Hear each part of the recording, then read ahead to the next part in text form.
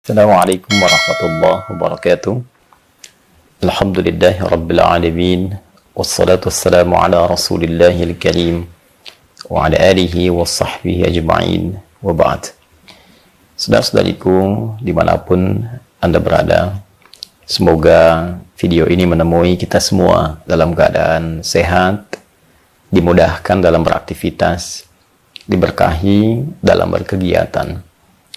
Terkait dengan keberkahan ini, tentu kita sangat mendambakan itu semua, meliputi seluruh kegiatan yang kita lakukan, khususnya dalam keseharian kita, terlebih dalam konteks ibadah.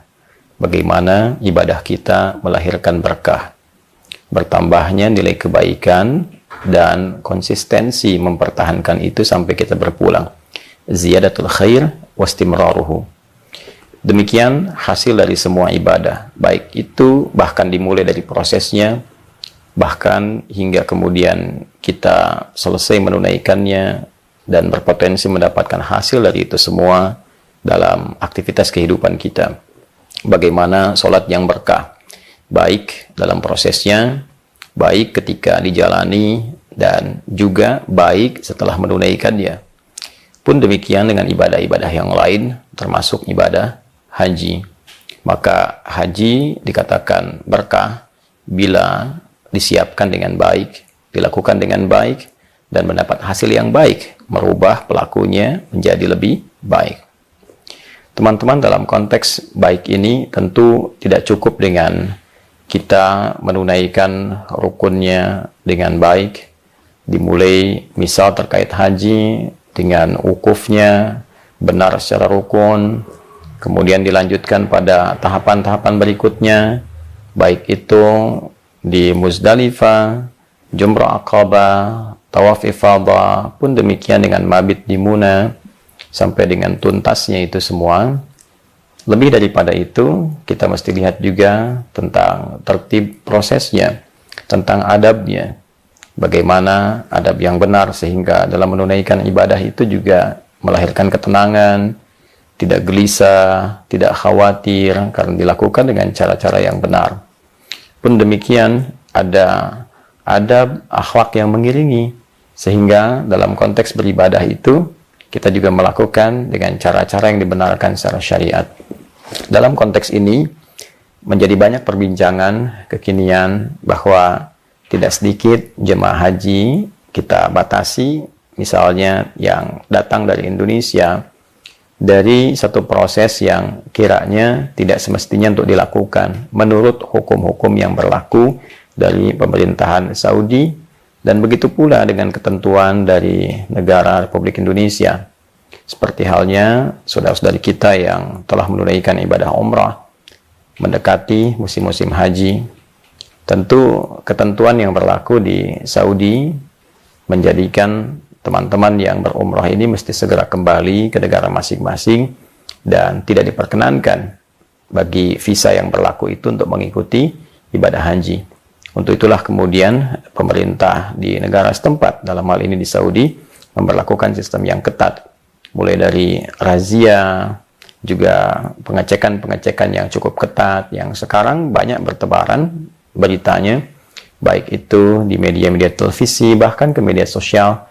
Dan tidak sedikit juga YouTuber-YouTuber lokal yang membuat konten-konten menunjukkan itu.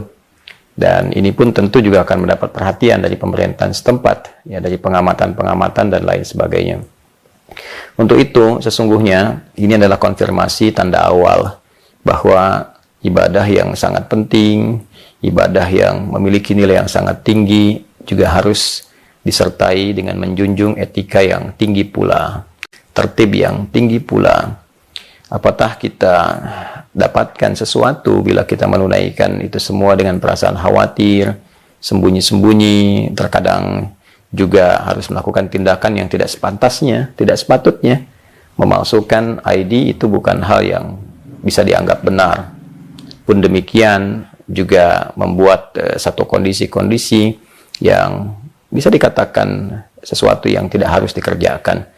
Agak sulit rasanya memilih kata-kata yang tidak layak untuk diungkapkan dalam konteks ini.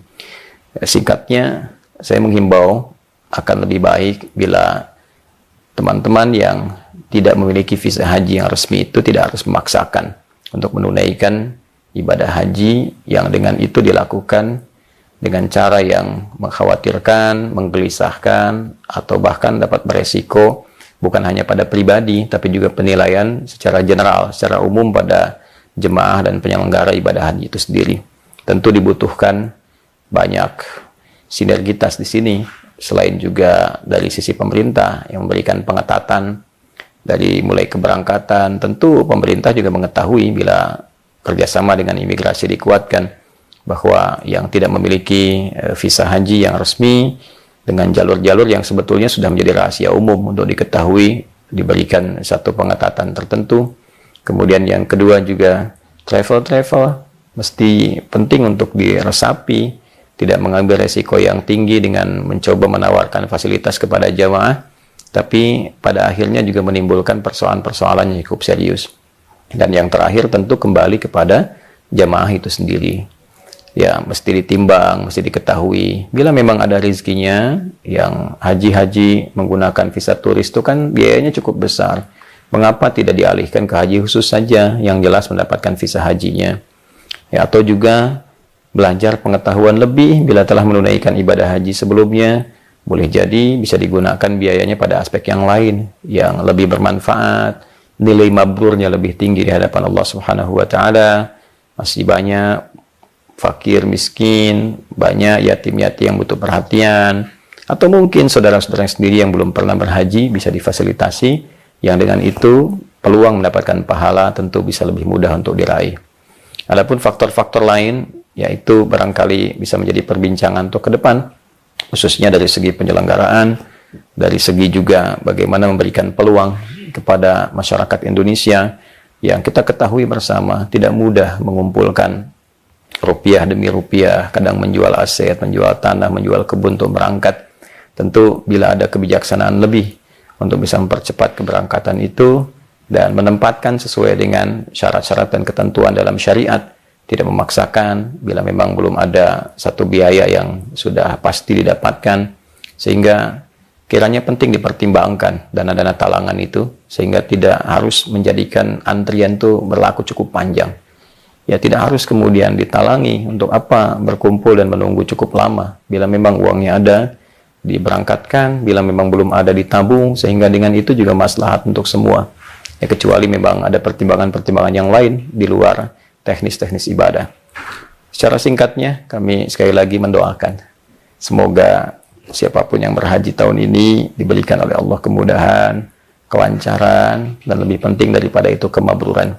Semoga para petugas yang berkhidmat di musim haji tahun ini khususnya diberikan oleh Allah kesehatan, kelancaran dalam bertugas, dan pahala yang mengalir dengan keikhlasan yang telah dipersembahkan. Semoga kita semua diridhai oleh Allah, dan mohon titip pada para jemaah haji, doakan bangsa ini, doakan negeri ini supaya damai, rukun, kehidupannya diberkahi oleh Allah Subhanahu wa Ta'ala, konflik-konflik diredakan oleh Allah.